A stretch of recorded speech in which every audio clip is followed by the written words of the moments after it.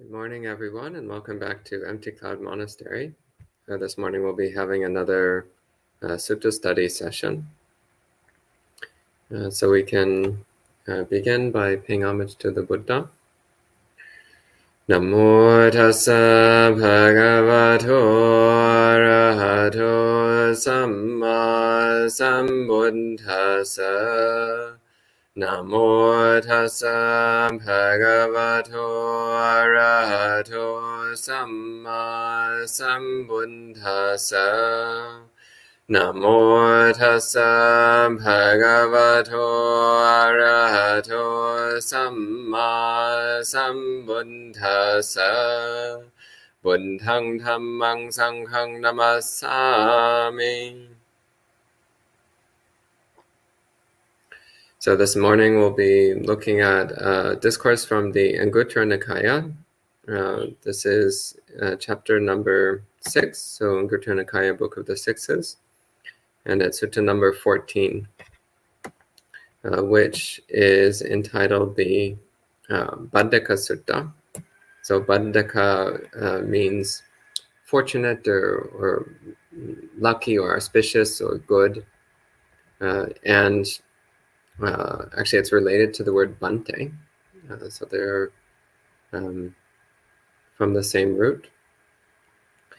So, as usual, I'll start reading through the discourse in Pali and giving some translation and explanation as we go along. So, this is one of the discourses given by Venerable Sariputta. So, as I've mentioned before, although the majority of the suttas that we have are recorded as being given by the Buddha, the next most common author of discourses is Venerable Sariputta. And I've noticed that for some reason I seem to have a personal bias for the Sariputta suttas because I seem to select them more often than not. So the discourse begins. Tatrako ayasma Sariputto bhikkhu amantesi avaso bhikkhuvoti. So Venerable Sariputta addresses the monks. He says, Venerable monks, avasoti kote bhikkhu ayasmato Sariputta sapacha sosung. Venerable Sir, those monks replied to Venerable Sariputta, ayasma Sariputto etadavocha. Venerable Sariputta said this, Tata tata avaso bhikkhu viharang kapeti. Yata yatasa viharang kapayato na baddhakang maranang hoti, na baddhika kalikiriya. So here he's saying there's a way in which a monk might live, such that he will not have a good death. So this is the theme of the sutta. The theme of the sutta is what makes for a good death, which sometimes I wonder if people unfamiliar with Buddhism think we're really morbid. We're always talking about death and sickness and suffering and all these less cheerful aspects of life. But the truth is we just look at all aspects of life. So we don't leave anything out. We try to be completely aware of and accepting of every aspect of life. So also being aware of death. And in particular, many people are afraid of death. They're worried that they're going to have a bad death, that their death will be full of anxiety and pain and confusion, and that they're going to wind up in an unpleasant fate after death. So here he's saying, well, there's a way of living in which one will not have a good death. So this is something that we need to be careful to watch out for. What I'm translating as living, by the way, so it's in Pali, it's actually viharang kapeti. So the word vihara these days, we most commonly think of it as being a word effectively synonymous with monastery, which is, again, it's the most common usage these days. In the suttas, it has a much broader meaning. So the word vihara in the suttas also means a state of living, a state of being, like how one spends one's time, how one lives one's life. So viharang kapeti means how does one live one's life? How does one set up one's life? But you could also translate Raharankhapeti as how one arranges a monastery, how one sets up or prepares a monastery. So this would also be a perfectly valid translation, and there's definitely relevance to this as we go through the rest of this discourse. So this first line, Tata bhikkhu viharankhapeti, that could be taken to mean either a way that a monk lives their life, or it could be translated a way that a monk sets up their monastery, a way that a monk arranges or manages their monastery. So either one would be an accurate translation. So I tend to take this in the more broad sense of just how one lives one life in any area. But it's good to keep in mind that there is this multiple shades of meaning here. So a way of living or a way of arranging one's monastery such that one does not have a good death. So Bhaddaka marana. So Bhaddaka again means auspicious or fortunate or lucky or good. Marana literally means dying. So this is from the root mar, which is the same root from which we get, for example, the English word mortal. It's from the same root. It's also related to the word Mara. If you're familiar with the not very pleasant character named Mara that we find in many suttas. And the next term, Nabadika Kalakiriya. So Kalakiriya is another synonym for dying. So Kala means time, and Kiriya means doing or completing. So Kalakiriya, when one completes one's time. So when one has come to the end of the lifespan. And so Sariputta carries on. He says, Katanchavaso bhikkhu tatadata viharan kapeti yata yatasa viharan kapeto na badikang maranang hoti na badika kalakirya. So he says, in Venerables, how is it that a monk lives or arranges their monastery such that they will not have a good death? They will not complete their time in an auspicious or lucky way. And he gives, this being Anguttara Nikaya, Book of the Sixes, he gives 6 reasons, 6 examples. The first one, he says, Idavuso, here, Venerables, Bhikkhu kama ramo hoti kamarato kama ramatang anuyuto. So this means a monk loves to work. He likes working. He's committed to working. This is the first thing he says that means he will not have a good death. So whether in one's life one is fixated on working, obsessed with working, devoted to working, and also in setting up or arranging one's monastery, if one is overly fixated on work projects, then that also is something which ultimately it's obstructive. So the purpose of a monastery is to develop and train the mind, to cultivate the heart. So one part of that is work. There's a certain amount of work that needs to be done in order to maintain and sustain the monastery. And we can approach our work with mindfulness and kindness and a mind of wisdom. But we also need to make sure that there's always plenty of time for meditation, for study, for rest, and for our own personal practice time. So when we talk about having a good death, well, what makes for a good death? Well, what makes for a good death is a well-trained mind, a well-developed heart. This is the distinction. So if one spends one's life always being wrapped up in work projects and neglecting one's personal practice, then when the time of death comes, one's heart will not be well prepared. One's mind will not be well prepared to die. The second example that Venerable Sariputta gives, he says, Basaramo hoti basarato basaramato aniyuto. So this means one who loves to talk, one who delights in talking, who is committed to talking. So this is another thing. In monasteries, we try to limit the amount of talking that we do. So for example, here at Empty Cloud Monastery, we have a practice of maintaining silence from the evening program until the end of breakfast the following day. So every day there's a period of time where we maintain silence, we avoid conversation. And also during times of meditation retreat, we set aside a few days or a few weeks even, where we maintain silence. So only speaking when absolutely necessary. So engaging in a lot of unnecessary conversation tends to agitate and stir up the mind. It tends to generate a mind which is constantly moving, constantly noisy, constantly disturbed.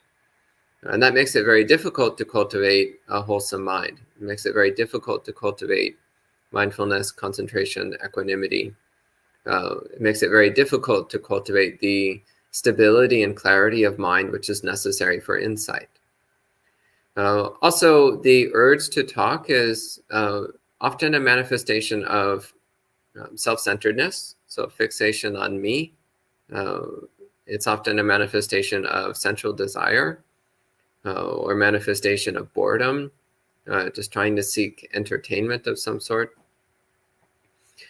So when the urge to talk arises, it's good to really examine, why do I want to talk? Is it really helpful? Is it really beneficial? Is it really necessary?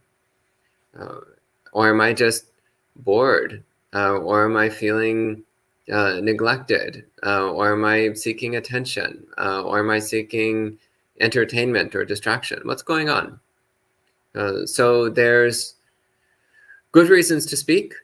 So one can speak when necessary, such as if somebody needs to know where to find the brooms, you can tell them where to find the brooms. That's useful. You can talk about the Dhamma. That's useful. Though again, in moderation, not every moment of the day. But often when we're talking, it's actually not useful. It's not beneficial. It's not really serving any useful purpose except to waste time and keep us occupied. So watching out for that tendency to engage in unnecessary speech. The next one, Nidaramo hoti nidarato nidaramatang aniyuto. So this is one who loves sleeping, who's committed to sleeping. And of course, it's necessary to sleep a certain amount every day for most people. The exact amount of sleep needed varies from person to person. So what we try to do is we try to figure out the right amount of sleep for us. And pay attention to your mind. Watch your mind. If you're not getting enough sleep, then your mind will be blurry and hazy, and it will be difficult to focus and so on. On the other hand, if you're spending a lot of time just lazing around in bed unnecessarily, well, that also makes the mind blurry and hazy. That also isn't useful and has negative effects. So watch your mind and see, are you getting too little sleep? Are you spending too much time lying around in bed? Do you need to decrease the amount of time spent in bed? But also not pushing this too far. So some people hear, oh, such and such famous monk would only sleep 4 hours a night. So I'm also only going to sleep 4 hours a night. And you can usually get away with that for a few days, and then it starts catching up with you. And you start to be irritable and spacey and easily confused, and it's hard to meditate, and you're always falling asleep during the meditation periods. Well, it's going too far. So one needs to sleep the right amount. But also if one is spending all one's time laying around in bed, well, again, why? What benefit is that serving? What are we trying to avoid?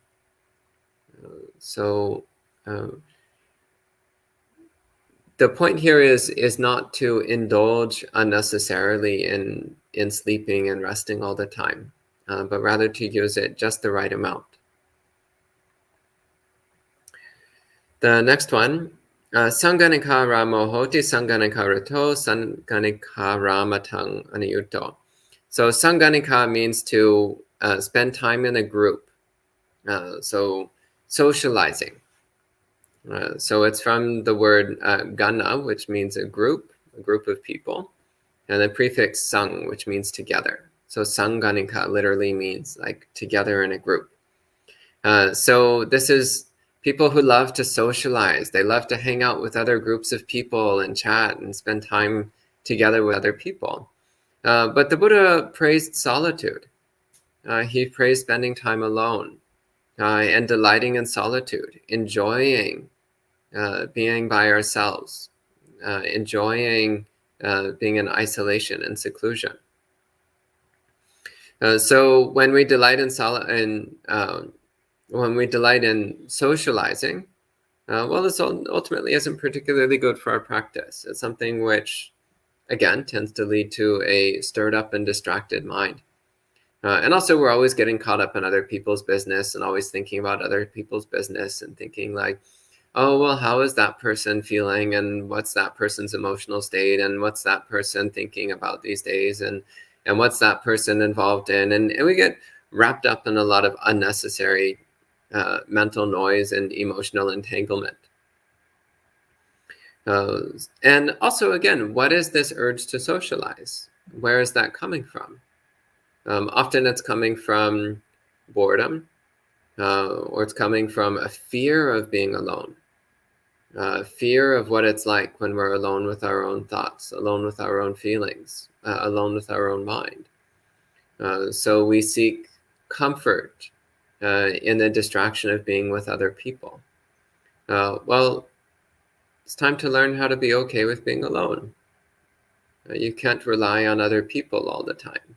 We need to learn how to be okay without other people. The next one is related. Sangsaga ramo hoti sangsagarato sangsaga ramatang aniyuto. Sangsaga means intimacy. So being in close contact with others, close association with others. So this is a bit more refined. So sanganika is spending time together with a group. Sangsaga is when one is deeply, intimately connected with another person, or multiple people possibly. So when you deeply know other people's thoughts and feelings, you're deeply connected with their hopes and dreams and fears. You're happy when they're happy, you're sad when they're sad, you're angry when they're angry. So you're constantly being swept along with that other person's experience. And this also is something which the Buddha condemns in many suttas, in many places throughout the Pali Canon. The Buddha speaks about the dangers of getting intimately involved with other people. Ultimately, it cuts off our ability to be self-reliant. It cuts off our ability to be independently stable. And it makes it so that our moods and states of mind are in a state of fluctuation because it's dependent upon what's going on in somebody else's life. And also can easily lead to us wandering off the path. So when we're intimately tied to another person, then if that person starts to veer away from the Buddha's teachings, then we'll tend to start veering away as well. So ultimately, we want to be, again, cultivating an independent, self-reliant dedication to the Buddha's path, not getting pulled around by other people, by other people's opinions and emotions and ideas. And the final item on the list that he gives here is papancha ramo hoti, papancha rato, papancha ramatang aniyuto. So this is one who loves papancha, who's committed to papancha. Papancha is one of these delightful Pali words, which most commonly it's translated as proliferation. I like to translate it as complication. And so what this is referring to is the tendency of mind that we have to spin stories around things. So a really great discourse for learning more about papancha is the Bhaddaka Sutta, which is in the Majjhima Nikaya number 18. 18, yeah. It's one of my favorite suttas in the Pali Canon. So the Bhaddaka Sutta talks about how we have some kind of sensory experience. You see something, or you hear something, or you smell something, or whatever. And then based upon that sensation, then we start generating stories in the mind. We start generating a bunch of internal noise. So you hear a sound and you're like, oh, that sound reminds me of what my grandmother used to do. And then you start generating these whole stories in your mind around the sound and about your grandmother and about this and about that. And very soon we're completely lost in this whole world of internal imaginings. We've completely lost touch with our actual experience, and we're just completely swept up in these stories. And also with this internal story generating, we can also very easily generate stories which are not accurate. And we can believe those stories. So you overhear somebody talking in the next room and you're like, oh, maybe they're talking about me. Maybe they're gossiping about me. What are they saying about me? These people are awful. I hate them. So the mind can very easily spin completely out of control if we don't keep it under control. So papancha can also be quite delicious. It can be gratifying in its own way. There can be something pleasant about the mind spinning stories and us rolling along with these stories. In fact, people who like to daydream and people, often people with a particularly creative tendency of mind, can very easily fall into papancha. So letting the mind, even encouraging the mind to spin stories and wander off into layer after layer of increasing complexity with these stories. But this is not something which is even remotely useful in Buddhist practice. In Buddhist practice, we're trying to be deeply, intimately grounded in direct experience. We're trying to drop all of our distortions of mental activity. We're trying to drop all of our distortions of views and opinions.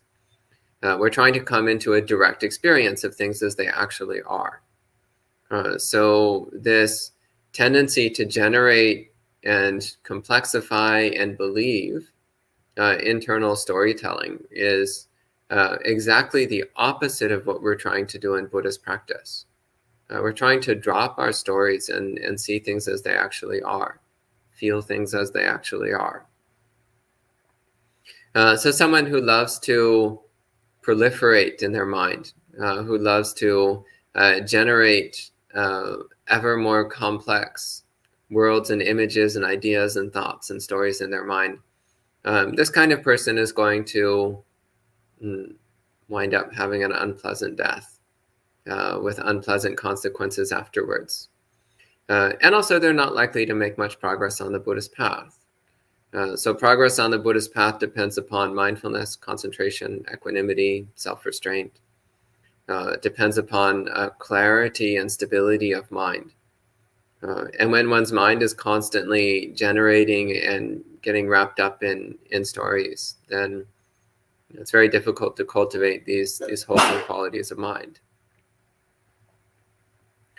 So then Sariputta continues. He says, Tatata vaso bhikkhu viharan kapeti yata yata viharan kapeto baddakang maranang hoti baddika kalikirya.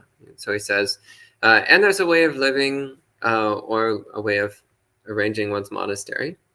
So there's a way of living by which one has a good death.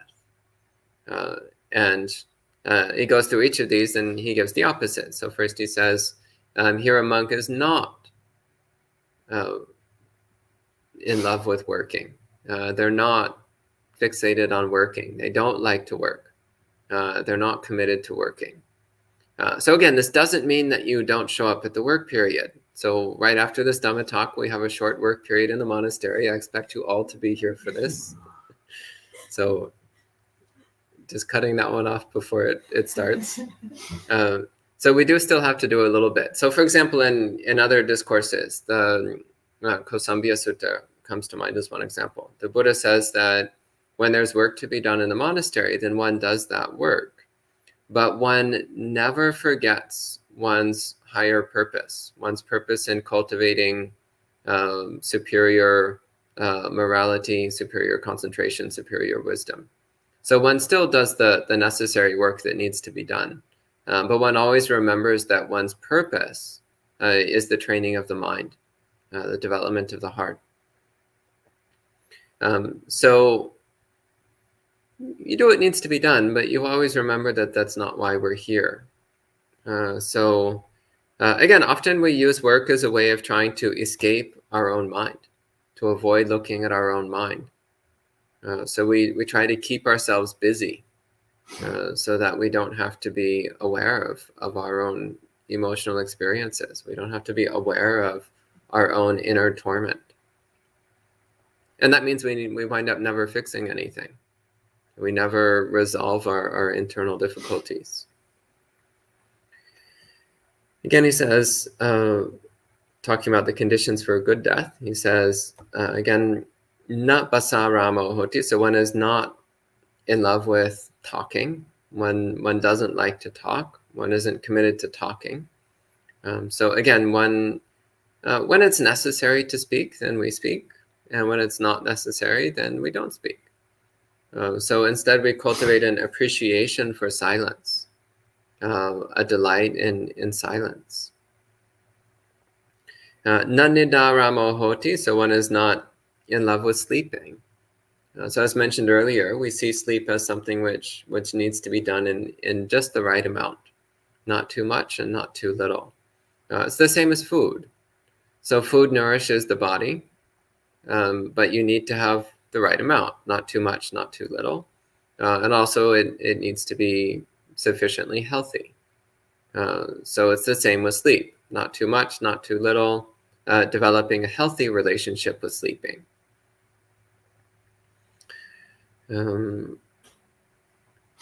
Nasanganikaramo, so one is not in love with socializing, spending time with groups. So cultivating an appreciation for solitude, an appreciation for practicing on one's own, for spending time alone. In many Buddhist monasteries, you actually spend most of your time alone, and only a little bit of time with a group. And in other monasteries, you actually spend quite a lot of time with a group, but it's always doing meditation practice together, or doing sutta study together, or taking care of the monastery together. So it's always something which is focused on the Dhamma.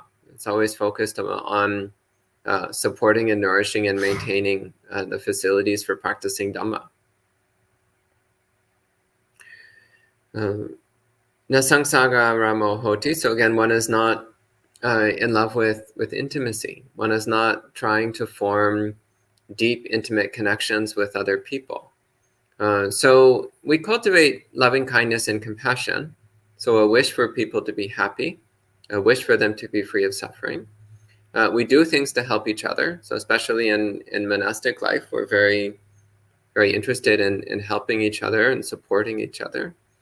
But at the same time, we keep a certain internal isolation, a sense that our number one priority is always to protect and preserve our own stability of mind. It's always to protect and preserve our own development of heart. And if we get too intimately wrapped up in other people, then we'll tend to get swept away by that. So always maintaining a certain sense of isolation and self-reliance.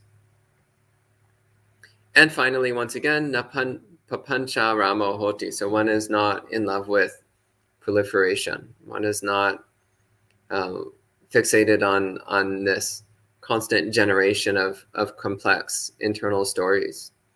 And again, I highly recommend the Bhaddaka Sutta for more on the topic of papancha.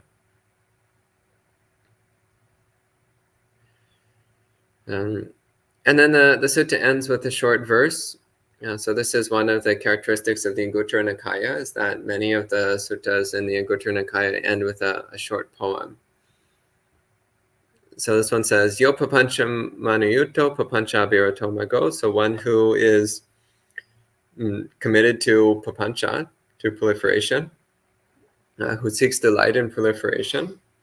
Viradayi so nibbanang, yogake manganuttarang, has neglected nibbana, the genuine, unsurpassable safety. So let's not be people who neglect nibbana. So the ultimate goal of Buddhist practice is awakening. It's full enlightenment. So it's attaining the supreme, the absolute. And as long as we're wrapped up in papancha, then nibbana is always going to be out of our reach. So then Sariputta says, Yocha papanchang hitvana nipapancha padevrato. So one who has abandoned proliferation and delights in the path that is free from proliferation, the path of freedom from proliferation. Aradiyo so nibbanang yoga ke manganuttarang.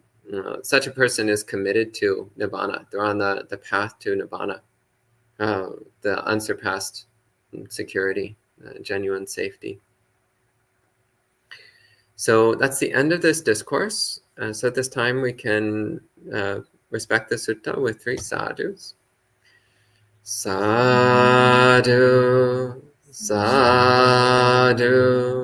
sadhu. And I can take any questions that you might have. So hello to all the people joining in online. So hello to Jayanta, Vivian, John, Sud, Gita, Elaine, Rahulawad, Ian, Jeff, Douglas, Amaranta, Suchaya, Raz, Melissa, Wen, Jaykala, Tu, and Elaine, and Morgana. So welcome. It's good to see so many friends joining in.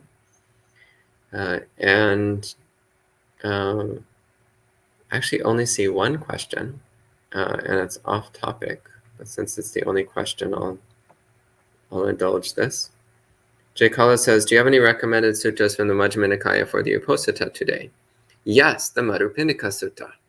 Since I referred to it several times during the talk just now, I think that's the best recommendation. Yeah, Madhupindika Sutta, the honey ball sutta, the lump of honey. Yeah, I think it's Majjhima Nikaya number 18. So you can read that one. That's a really good one. Any questions? Yeah, go ahead. Is the papa and prapancha, is it related to evil or no? Papa means evil, but I don't think papancha has any linguistic relationship. I'll just check briefly, but I don't think so.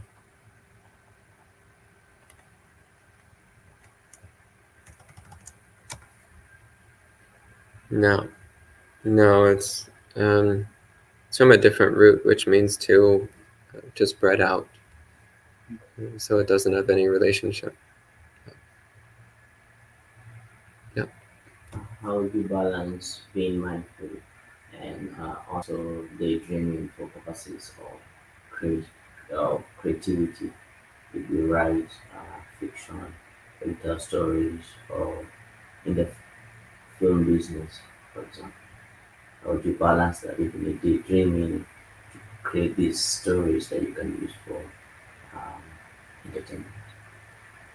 I recommend doing so deliberately. So when you need to generate stories or ideas, then you have a certain amount of time which you spend doing that. But most of the time, try to keep your mind quiet. So if you just let your mind generate ideas all the time, then your mind will never be peaceful. So keep your mind quiet most of the time. But when you need to use your mind, then you use your mind. But most of the time, keep it quiet. That's what I recommend.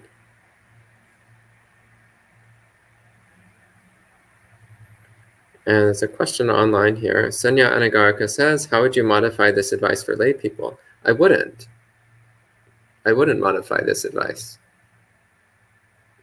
So how would you modify it for lay people? Let's see. Don't be delighted and don't delight in work. Same. Don't delight in work. So you need to work a certain amount in order to pay your bills. Yeah. But don't work more than you need to, and don't put too much importance on work.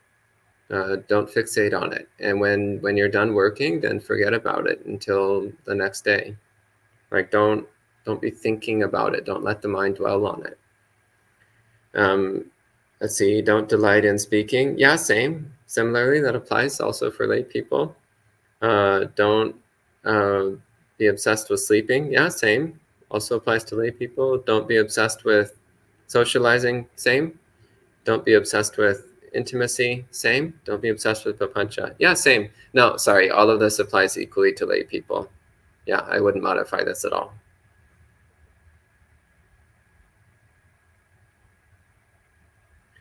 And Amaranta says, I have a job that creates certain type of papancha, and I have found difficulties to produce papancha recently because I practice more and I think it's good for me. Is that normal? Yeah, that's totally normal. As you practice more, then your mind will be increasingly silent. And you'll become increasingly appreciative of that silence of mind. And sometimes that actually does lead to people changing their work. Sometimes it leads to them doing something different than what they were doing before. So it's actually quite good to be willing to make major changes in your life. If you recognize that you're doing something with your life that is obstructive to your own peace and happiness, then be willing to change that. You don't need to keep doing something the same way just because that's what you used to do in the past.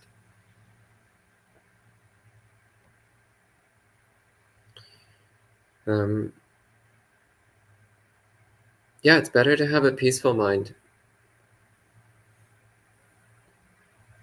I have a request, not a question. What's that? So I don't remember if this was from a specific sutta or years ago, but I made the connection between manyati and papancha. And manyati, one of the ways you can translate it is imagination. So we manyati, we imagine, we create things like, I like this, I don't like that. This is mine, this is me. And then once we kind of put those into imagination, then we papancha, we propagate it, we keep thinking about it. And so is that like your understanding, or is it something off, or what do you think? It seems reasonable enough. So manyati is the more basic level of like conceptualization. So yeah, you could see that as kind of where you form something, and then papancha is when you take it and run with it. Mm-hmm. Yeah.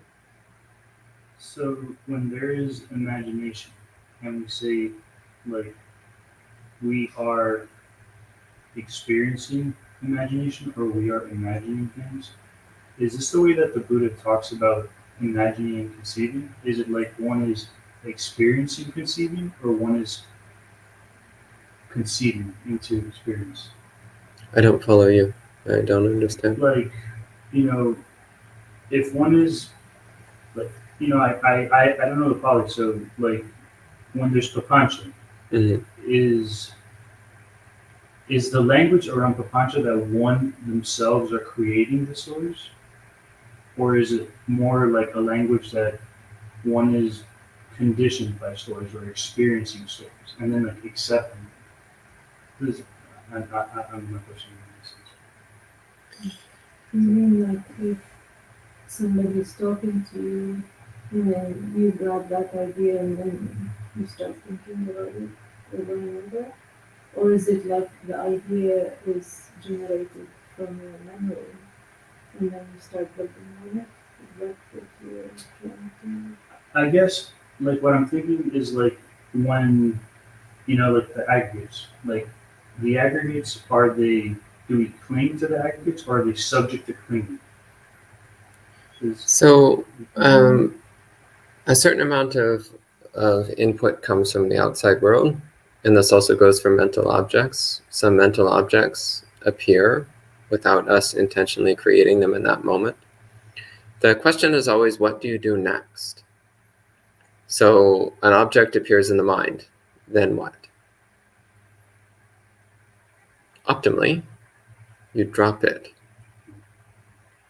unless it's something extremely wholesome, which is beneficial to nourish and maintain, then you might take it and run with it, such as metta. But there we're talking about something which is not on the level of conceptualization, proliferation, and so on, but rather it's something on the level of a wholesome mind state, something much more basic, something much more foundational. So we do sometimes need to use creative process in order to do things which are useful, but we need to put clear boundaries around it so that we don't just let our mind run around like a deranged chicken all the time. Like, we don't want our mind to just be like running wild all the time. That doesn't do anybody any good. It just makes us unhappy and disturbed and unsettled and unstable. And to be perfectly honest, there's really no need to create anything in the world. It's all been done. Yeah. You're not making anything new. I agree. Nothing new under the sun. Yeah. Mm-hmm. The same thing with politics and everything else. Yeah, all it's been done nothing new. before. Let's see. And Sud says, what if the work supports your practice of generosity? Can too much of a good thing be a bad thing? Well, look at your mind. So how does it affect you to work a lot? Also, again, what's your relationship with your work? So if you're able to work, and while working, you're maintaining mindfulness and loving kindness and equanimity, and then when you're done working, you just drop it and forget about it and do your other parts of your life, then that's okay. There's no problem there. And if also your work supports your practice of generosity, again, that's great. That's one of the things the Buddha spoke about as being the proper use of wealth for a householder is you produce wealth so that you can look after yourself, look after your family, offer gifts to your friends, and support the monks and contribute acts of charity to society and so on. So it's not that wealth is inherently bad, but rather we need to be careful that we're acquiring it in a wholesome way and we're using it in a wholesome way. So I don't understand the line, too much of a good thing be a bad thing. Yeah. That's one of these English idioms that doesn't really fit very well into Buddhist thought. Because if something is too much, then it's not a good thing, it's a bad thing. So it's not that work is inherently evil, but rather it's that if we're excessively fixated on work, then it can become obstructive to a wholesome mind. So work itself is neutral, but mind states can be either wholesome or unwholesome. And our relationship to work can either nourish wholesome mind states or nourish unwholesome mind states. So that's what we're looking for. And Vero says, what can I do to support my elderly parents to have a good death? They're worried about wills and problems with my brothers. Well, if your parents are not Buddhist, then it's actually fairly limited what you can do to help them. Try to get them to put their worries down. Get them to understand that you'll take care of these things. They don't need to worry about it, that you and your brother will sort things out, and they don't need to worry about what happens with their properties and possessions and so on. But rather, they should be focused on cultivating serenity of mind and cultivating a kind and peaceful mind. And as for what happens with their possessions after they pass away, well, they don't need to worry about that so much. So as for wills, I'm not an expert on these things. You need to talk to lawyers about those sorts of things. So I can't really say much on that subject. But yeah, I mean, ultimately, you want to put your parents' minds at ease, that they have nothing to worry about. They can just focus on maintaining a peaceful and gentle mind. And that's the last of the questions. Anything else before we wrap up for the morning? Okay. So we'll go ahead and end the session with 3 sadhus. Sadhu, sadhu.